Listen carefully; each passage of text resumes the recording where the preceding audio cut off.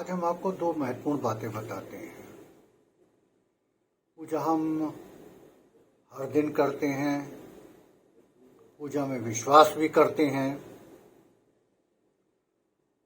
और पूजा के प्रति सही बात कहें तो एक उद्देश्य हमारा यह होता है कि भगवान जो करें अच्छा करें और कहीं न कहीं हमारा स्वार्थ भी पूजा में निहित होता है। लेकिन एक भूल हम अक्सर करते हैं और मेरा मानना तो यह है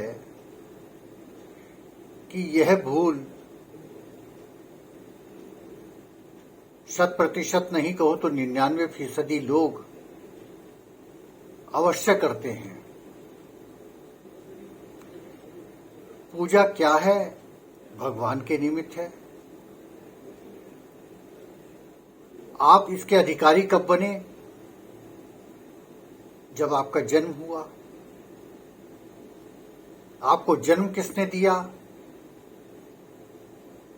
आप कहेंगे मेरी मां ने जन्म दिया, लेकिन मां नहीं, पिता भी साथ है। माता पिता ने आपको जन्म दिया। आपके साथ जीवन भर क्या चलता है? मां का नाम, पिता का नाम, मां की सीख और पिता की दीक्षा। हम जिस नाम के से जाने पहचाने जाते हैं वो नाम होता है पिता का। मां जन्मदात्री है और बच्चे के अंदर मां के सर्वाधिक गुण होते हैं। इसलिए मां हमारी जन्मदात्री होने के साथ साथ हमको इस धरती पर लाने का श्रेय भी मां को है। और चूंकि हमारे नाम के साथ हमारे पिता का नाम चलता है, इसलिए पिता भी उत्तराधिकारी हैं आपके। आप कहेंगे पूजा में इसका क्या महत्व है? ये बातें क्यों बताई जा रही हैं? ये तो हम सब जानते हैं, तो आप नई बात क्या बता रहे हैं? एक बार नारद जी से किसी ने प्रश्न किया कि सर्वप्रथम पूजा किसकी करनी चाहिए। बहुत से लोग ये तर्क देते हैं और हमारी शास्त्रीय मान्यता भी है कि हम गणेश जी की पूजा सर्वप्रथम करते हैं। तो नारद जी ने उत्तर दिया कि सबसे पहले अपने माता पिता का ध्यान करना चाहिए, उसके बाद फिर गणेश जी का ध्यान करना चाहिए। नारद जी से फिर प्रश्न किया कि माता पिता कौन? हम तो भगवान शंकर जी को पिता मानते हैं और माता पार्वती को मां मानते हैं। फिर पूजा किसकी करनी चाहिए? उत्तर मिला जिसने आपको जन्म दिया उनकी पूजा सर्वप्रथम होनी चाहिए। हम पूजा का जो क्रम है वो भी आपको बताते हैं।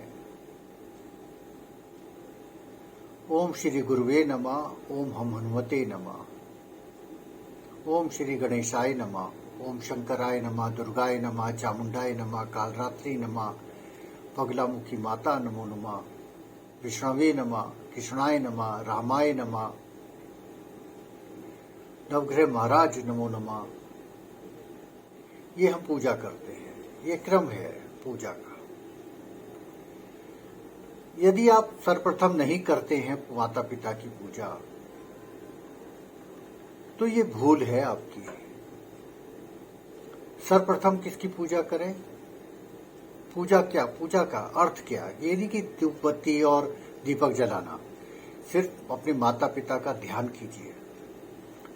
जो माता पिता जीवित हैं उनका ध्यान कीजिए, जो नहीं हैं उनका ध्यान कीजिए और उसके बाद पूजा का प्रारंभ कीजिए।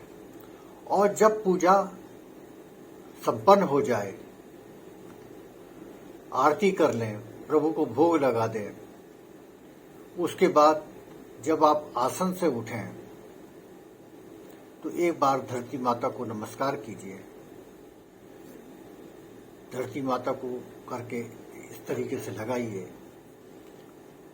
और उठने के बाद सर्वप्रथम अपने माता पिता जी के चरण छूजिए।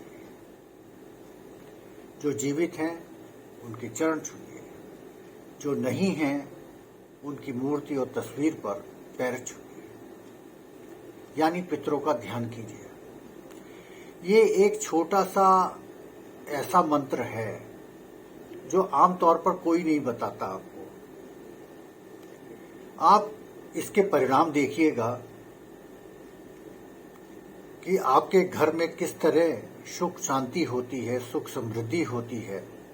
केवल माता पिता के चरण छूने से, माता पिता का आशीर्वाद लेने से।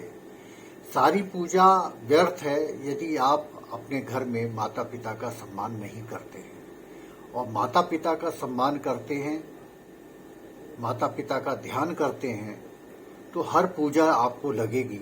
कोई सा भी एक छोटा सा मंत्र कर लीजिए, वो मंत्र आपको अभिसिंचित होगा, वो मंत्र आपको फलदायी होगा, परिणाम देगा।